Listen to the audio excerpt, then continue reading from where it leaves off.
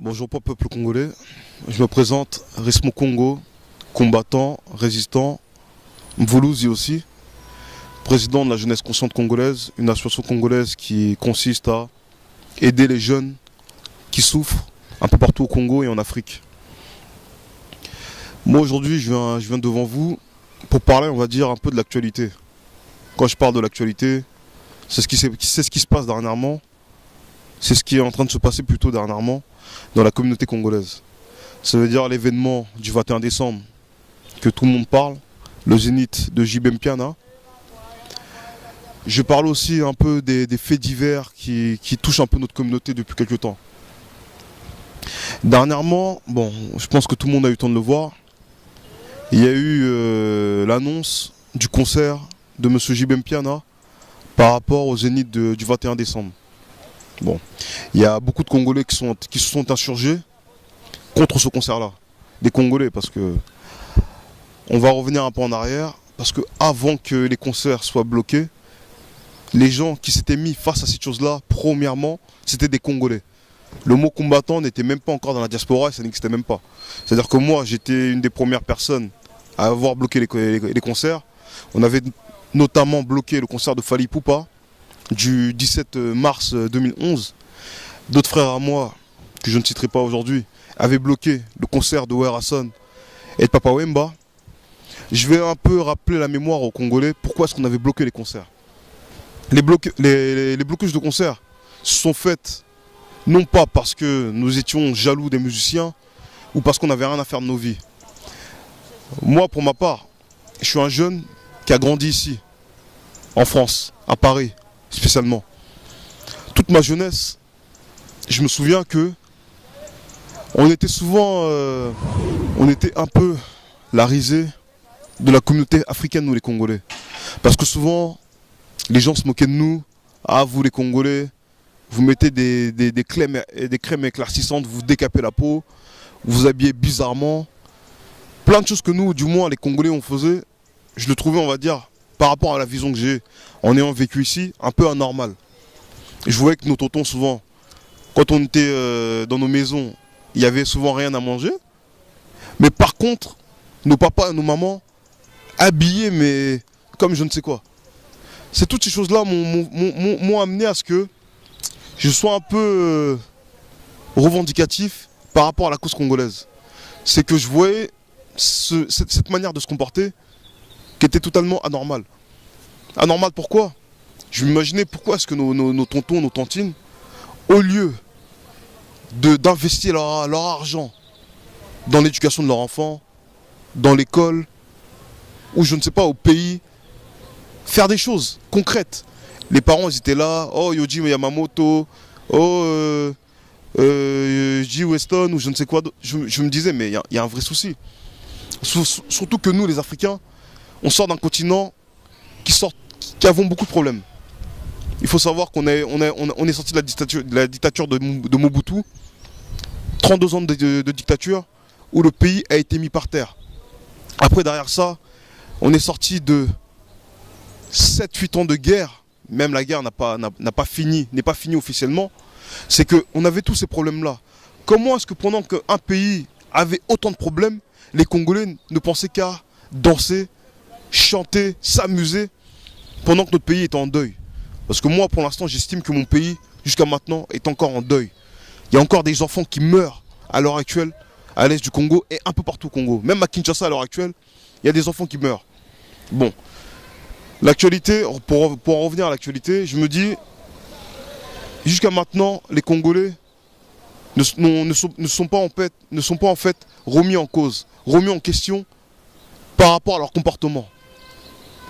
Parce que jusqu'à maintenant, on voit que les problèmes des Congolais sont toujours visibles.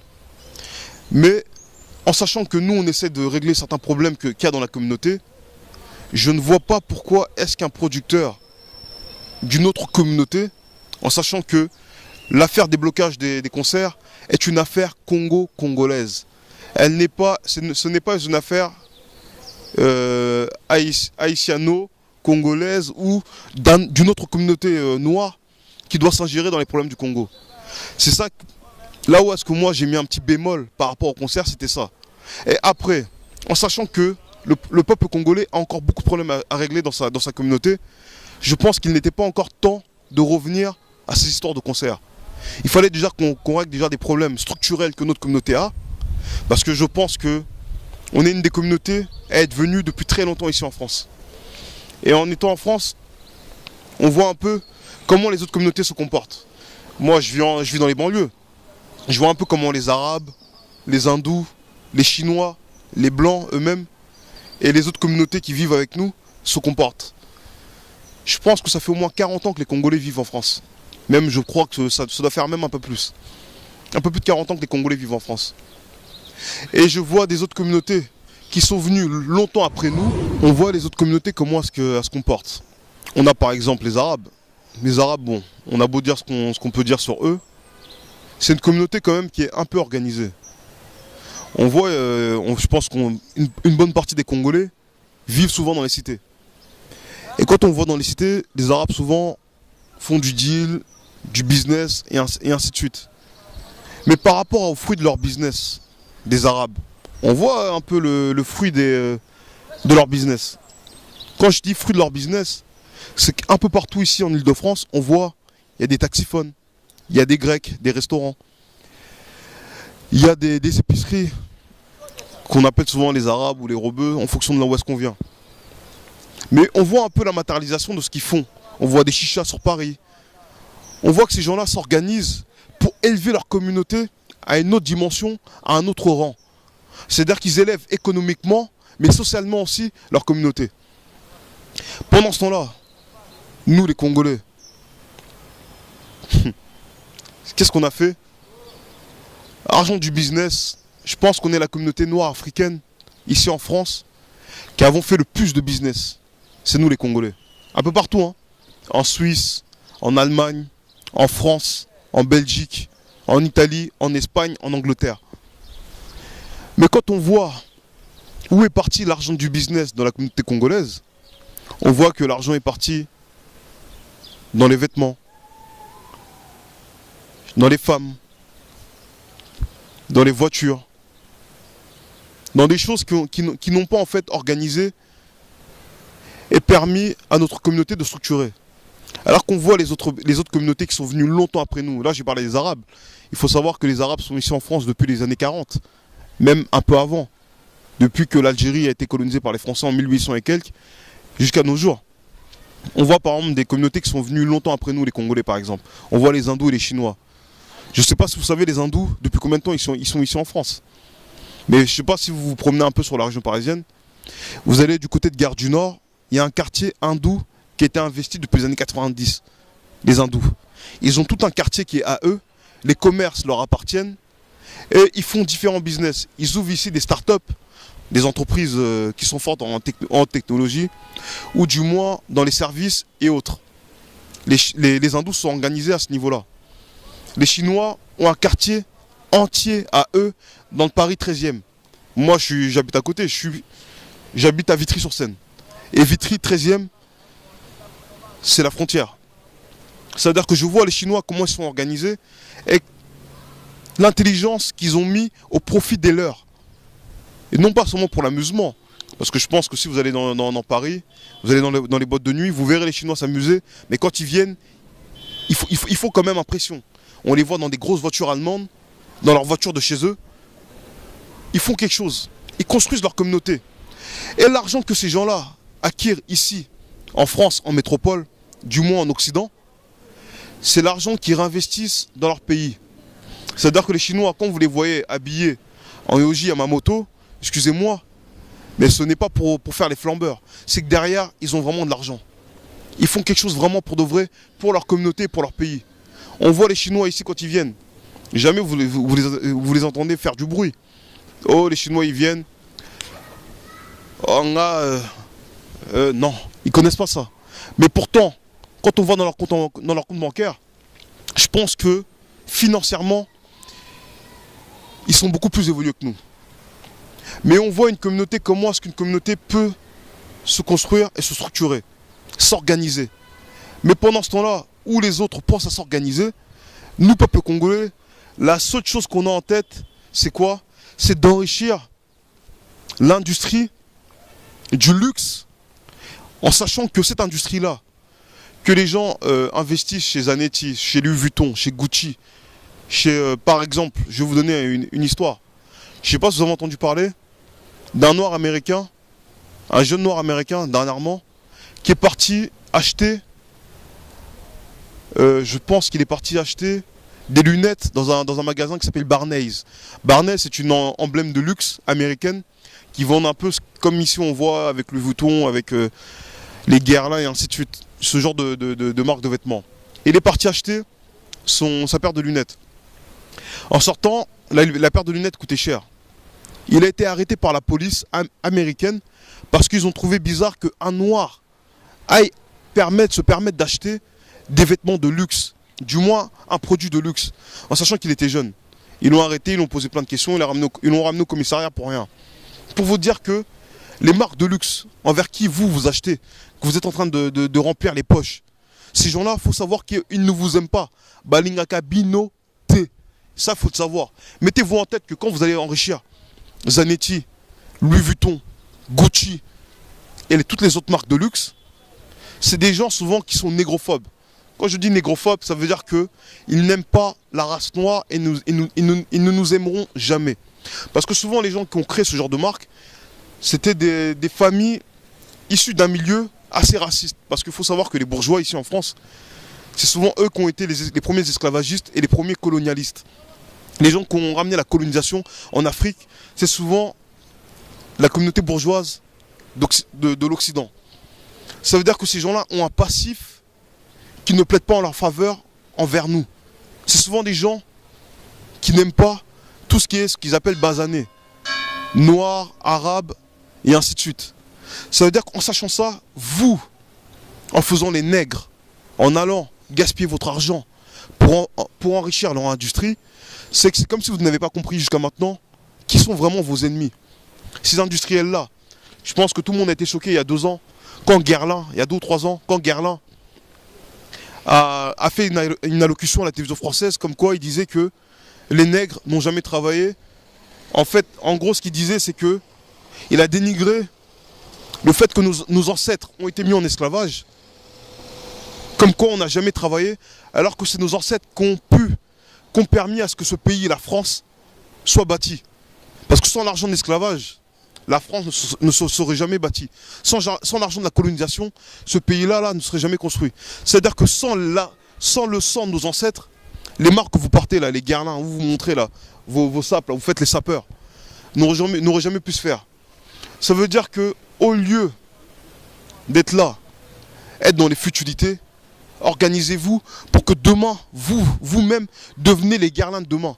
Ça veut dire qu'au lieu que vous soyez là, à convoiter les marques que les autres font, soyez vous-même les propres inventeurs de ces marques-là. Ne soyez pas seulement être là des consommateurs frénétiques, parce que c'est ce que vous êtes pour l'instant les Congolais, des consommateurs frénétiques. Quand Samsung sort le dernier téléphone, un iPhone a un dernier Samsung, alors que vous oubliez que le coltan qui sert à fabriquer ces téléphones-là, c'est le coltan qui vient de votre pays, et que ce métal-là est pris gratuitement à vos frais et à vos dépens. Réveillez-vous s'il vous plaît mes frères. Parce que pendant que ces gens-là sont en train de construire leur pays, vous les voyez tous les jours. Je pense qu'on vit tous en Occident.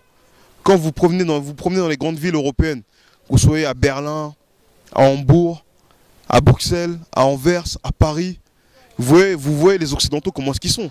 On les voit souvent dans des grosses voitures, dans des grosses berlines allemandes, habillés bien. Mais souvent vous oubliez quelque chose, c'est que l'argent que ces gens-là ont, c'est grâce à vous, ça vous dépend. Parce que vous êtes tellement endormis, tellement dans la futilité, que ces gens-là vous volent sous vos yeux. Pendant que vous êtes en train de danser, eux ils viennent dans vos pays, ils volent vos bananes, votre cacao, votre or, vos diamants, votre cuivre. On vit en Occident ici. Est-ce que vous avez déjà vu un champ de cacao ici en France? Ils n'ont pas de cacao, ils n'ont pas de café. Mais tous les jours, vous rentrez dans tous les bars, dans tous les hôtels, ils servent du café. Ils nous servent avec des carrés de chocolat. Mais en sachant qu'ici en France, il n'y a pas de chocolat. Mais ce chocolat-là, ou le café, il vient d'où? Il vient de chez vous. Mes frères, réveillez-vous.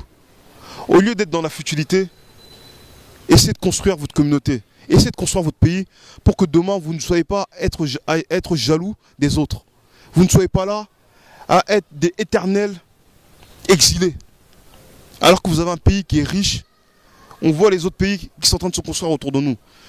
Les combattants, on se plaint un peu des Rwandais qui sont en train de faire ci et en train de faire ça. Mais quand on voit les Rwandais, eux, ils construisent leur pays. À l'heure actuelle, si vous voyez Kigali, c'est New York par rapport à Kinshasa. C'est-à-dire que Kinshasa, on voit les constructions qu'on a au pays, mais c'est lamentable.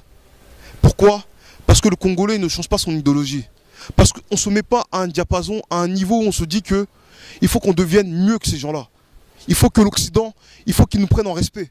Il faut que ces gens-là nous respectent par rapport à ce qu'on fait. Mais non, tout ce que vous pensez à faire, c'est acheter de la sape, vous décaper la peau. Dernièrement, moi j'étais choqué un peu quand j'ai vu la soirée de mon frère musicien Ferregola. La soirée qui s'est passée, je pense, au début du mois d'octobre. C'était vers le 10 et quelques du mois d'octobre. Et j'ai vu un peu les Congolais, comment est-ce qu'ils se comportaient. Par rapport à cette soirée-là, personnellement, j'ai eu honte d'être Congolais. Quand je vous dis j'ai eu honte d'être Congolais, j'ai vraiment eu honte. Entre les femmes qui ont des têtes bizarres, la peau décapée, la femme, je ne sais même pas à quoi elle ressemble. La vérité, hein. J'ai vu des femmes qui avaient des couleurs bizarres. Elles n'étaient pas claires de peau, elles devenaient gris. J'ai vu des femmes grises, d'autres femmes qui étaient oranges, d'autres femmes qui étaient jaunes. Et je me disais, mais franchement, est-ce que les gars de notre communauté vraiment, sérieux? Comment vous pouvez aimer ce genre de femmes? Sérieusement les mecs, comment vous pouvez aimer des femmes qui se décapent la peau? Même les mecs, vous-même, franchement. Vous ressemblez plus à rien, vous avez grandi ici, mais vous êtes en train de vous éclaircir la peau. Pourquoi? Vous êtes complexé? Vous avez un complexe d'infériorité? Pourquoi? Tout ce qui est clair est plus beau? Qu'est-ce que vous avez? Mes frères, revenez à la raison. Arrêtez d'être complexé. Être métis. Si t'es métis, si t'es né clair, tant mieux pour toi. C'est ce qu'on t'a donné. Si t'es né noir, sache que c'est une bénédiction. C'est pas une malédiction d'être noir. Évitez d'entendre ce que vos parents vous disent souvent. Ah, yo, faut balana moi si amicho là, parce que quoi? Être clair, c'est quoi? C'est être meilleur que être noir. Arrêtez un peu les frères. Arrêtez un peu les sœurs. Être clair, c'est pas forcément une bénédiction. Vous savez que la peau noire a des vertus. Je ne sais pas si vous êtes au courant. Mais ce qu'on a dans la peau, là, ce qu'on appelle la mélanine, c'est ce qui permet de protéger du soleil. Vous savez, toutes les personnes là, qui se décapent la peau, là, demain, si elles retournent au Congo, avec le soleil qu'on a au Congo, vous savez que ces gens-là vont attraper le cancer. Et même les produits qu'ils utilisent là. Vous savez que tôt ou tard, c'est des produits qui vont faire en sorte que ces gens-là vont avoir des problèmes de peau. Ça veut dire que vous êtes en train de faire naître des problèmes dans votre communauté que vous-même ne serez pas capable de régler. Et que vous laisserez à vos enfants régler ces problèmes-là. Parce que toi qui te décapes la peau, demain, quand tu vas être vieux, c'est tes enfants qui vont s'occuper de toi. Tu ramènes un futur problème à ton enfant. Alors que nous, on voit les enfants d'ici, leurs parents leur laissent des bénédictions. Ça veut dire qu'ils construisent leur vie. On a tous grandi avec, comme disait un pote à moi, avec Mathieu et Henri. Pendant que Mathieu et Henri étaient en train de construire sa vie, il allait à l'école, il étudiait, il construisait sa vie. Ses parents lui léguaient des choses. Son père lui lègue un pavillon, une voiture, quelque chose. Il lui lègue quelque chose pour son avenir. Nous, nos parents congolais, malheureusement, ils n'ont pas pensé à nous léguer des choses. Ils ont plutôt pensé à nous laisser des problèmes. Un pays dans un état bordélique, infesté d'infiltrés et ainsi de suite. Mais bon, je ne veux pas non plus reprocher à nos parents, parce que je pense que nos parents ont été aliénés. Vous êtes un peuple, je pense qu'à l'heure actuelle, vous êtes un peuple aliéné. Vous ne connaissez même pas votre histoire. Vous ne savez même pas d'où est-ce que vous venez. Vous êtes là, vous ne savez même pas quand est-ce que votre pays s'est fait. Vous êtes en plus tribaliste. Vous êtes tribaliste, je ne sais même pas pourquoi. Le tribalisme là, pour lequel vous êtes en train de faire, c'est les Blancs qui vous l'ont ramené. Et vous osez venir mettre ça en haut, dire que là. Moi personnellement, je ne suis pas dans vos délires. Mais vous êtes là, vous êtes un peuple tribaliste. Au lieu d'essayer de régler vos problèmes, vous êtes là à croire que la vie, vous faites comme la cigale et la fourmi. Vous faites comme la cigale en fait. C'est-à-dire que pendant que la fourmi est en train de construire, je vous ai parlé tout à l'heure des autres communautés, on voit les Arabes, on voit les Chinois, on voit les Hindous. Eux, c'est des fourmis. Ils travaillent. Ils travaillent pour le bien de leur communauté, pour élever leur communauté et du moins leur pays au rang mondial pour devenir une des nouvelles puissances émergentes. Pendant qu'eux construisent pour devenir les nouvelles puissances, c'est-à-dire pour dominer les autres, vous construisez à ce que vous devenez les nouveaux dominés de demain. C'est-à-dire que vous êtes en fait les futurs nouveaux esclaves. Les esclaves modernes, ça sera vous. On nous a déjà mis en esclavage 2 fois. Hein, parce que les gens, ils oublient. On a eu le premier esclavage qui a duré 4 siècles. Mais après, le deuxième esclavage, c'était la colonisation. Les Blancs l'ont fait pourquoi? Parce qu'on n'était pas organisés. Et là, on passe à un nouvel esclavage, mais moderne, le néocolonialisme. Ce que l'on voit là. C'est-à-dire qu'on fait des agricultures, on fait de l'agriculture pour l'Occident. Parce que tout à l'heure, je vous ai parlé du cacao, du café. C'est pas les choses que nous, on mange chez nous. Nos populations au Congo ne mangent pas le café ou le cacao. Mais plutôt, on est en train de faire de l'agriculture pour les autres. Parce que ces gens-là nous considèrent jusqu'à maintenant comme des esclaves. Mais toi, si tu continues à te comporter comme un nègre, comment veux-tu que ces gens-là vous respectent? Pourquoi est-ce que nous, les Congolais, ou du moins les Africains, partout où est-ce qu'on est, on est respecté nulle part? Demandez-vous pourquoi est-ce que les Congolais, partout où est-ce qu'ils vont, en Afrique, en Occident, ils sont respectés nulle part. Vous vous posez pas la question. Vous dites pas pourquoi est-ce que qu'à Bissau, les Congolais partout, que des problèmes. C'est votre comportement, votre idéologie, c'est de la merde. Personnellement, je vous dis ça, c'est de la merde. L'idéologie que vous prenez, vous les Congolais, c'est de la merde. Réveillez-vous les frères. On n'est plus au temps où on peut encore dormir. On est au temps où le monde évolue. Tous les peuples à l'heure actuelle du monde entier évoluent. On voit, en même pas 15-20 ans, les Chinois, comment est-ce qu'ils sont devenus? Pourquoi est-ce qu'ils sont devenus comme ça? Parce que ces mecs-là ont travaillé, ces gens-là ont travaillé au profit de leur communauté et de leur pays. Arrêtez d'être dans la futilité. Travaillez pour les vôtres. On voit à l'heure actuelle, on est tous en train de se plaindre que, les gens sont en train de se plaindre que, les musiciens, nous, soi-disant les combattants, on est en train de détruire la culture congolaise. Non, la culture a été détruite bien avant ça. C'est pas nous qui l'avons détruite. Parce que c'est les propres musiciens qui l'ont détruit.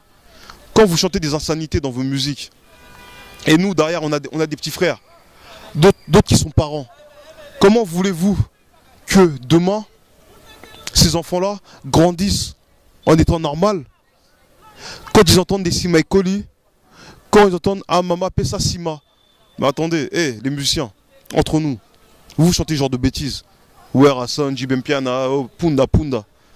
Vous croyez vraiment que moi, je vais laisser mes enfants, mes petits frères, mes petites sœurs, si demain ma petite sœur tombe enceinte, parce qu'elle est rentrée dans votre milieu congolais, là, des concerts, de la dépravation, là.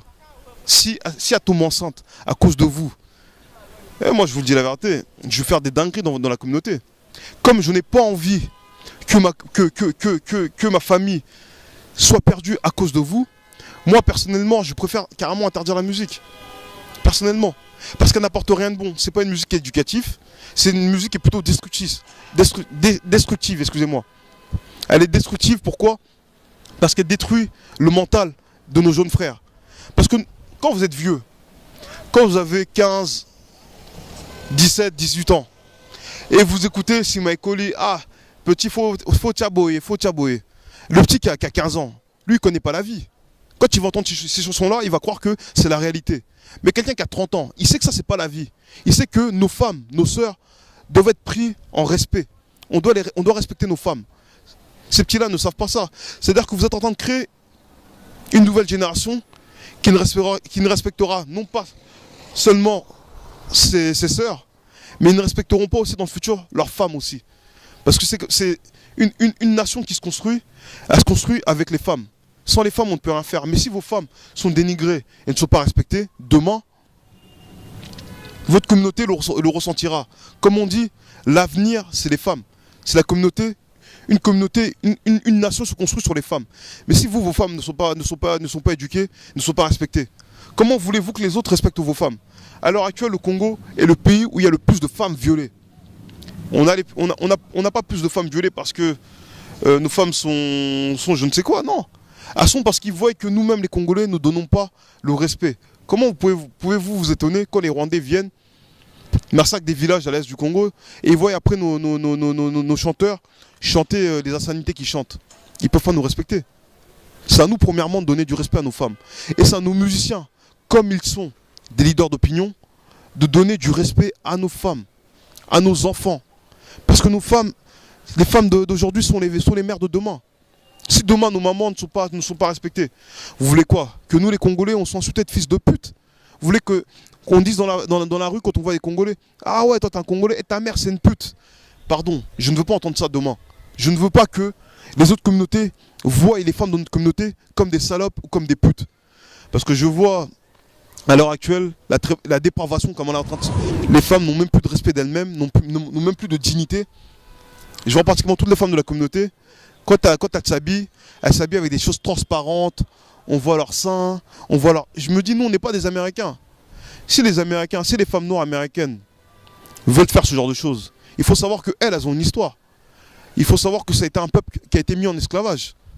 C'est-à-dire que c'est un peuple qui n'a plus de culture, qui n'a plus la notion de dignité par rapport à plein de choses. Parce que la culture a été perdue pendant des années, pendant des siècles. Mais nous, on est des peuples dits, entre guillemets, bantous.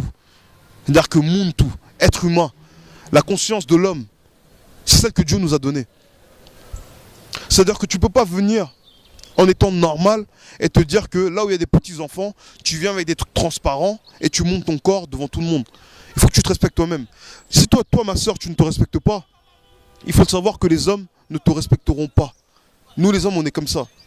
C'est un message aussi décerné à mes sœurs, parce que je vous aime beaucoup. Et ça me fait du mal quand je vous vois que vous ne vous respectez pas. Vous êtes à la merci de tous les hommes, c'est pas bon. Respectez-vous, mes sœurs. Faites quelque chose pour regagner votre dignité. Il faut que la femme congolaise soit respectée comme elle devrait l'être. Par rapport à tout ça, j'essaie un peu de conseiller la communauté parce que c'est un espèce de ras-le-bol que j'ai de la communauté congolaise, parce que je pense qu'on vaut bien mieux que ça. On vaut bien mieux que ça plutôt, pardon. Ça veut dire que là, pour en finir, je dirais que le 21 décembre, j'aimerais vous dire que le concert, on va utiliser tous nos moyens possibles. Et je peux vous le dire qu'on a des moyens pour éviter que ce concert-là se fasse. Beaucoup de gens nous ont dit, ah mais il faut qu'on laisse le concert parce que c'est un concert humanitaire. Moi je vais vous le dire. Ce concert-là n'est pas un concert humanitaire. Parce que les personnes qui sont à l'origine de ce concert-là est le gouvernement congolais. Et le gouvernement fait ce concert-là, non pas pour aider la population, parce qu'eux-mêmes, c'est à eux d'aider la population congolaise et non pas aux musiciens. Mais pourquoi est-ce qu'on veut bloquer le concert? Tout simplement parce que ça a été un défi que ces gens-là ont mis, parce qu'ils voient que la communauté congolaise, la diaspora congolaise est en train de se réveiller par rapport aux questions du pays. On n'a pas dit que bloquer les musiciens allait arranger le pays. Mais sauf que les musiciens contribuent au malheur de notre pays. C'est par rapport à ça qu'on les bloque. Si demain, en sachant tous les problèmes que l'on a, et les musiciens commencent à faire des chansons éducatives, on ne demande pas de ne pas danser ou quoi que ce soit. Mais là, à l'heure actuelle, notre pays est en deuil. Ça veut dire que tant qu'on est en deuil, tant qu'il y a des morts au Congo, il faut savoir qu'il n'y aura pas de musique. Toi qui viens pour distraire notre peuple pendant qu'on est en matanga, il faut savoir que tu auras affaire à moi et à tous mes frères qui se battent pour la dignité de notre peuple. Parce que ce combat-là, on ne le fait pas pour emmerder qui que ce soit, ou les marchands, ou les gens qui font leur business.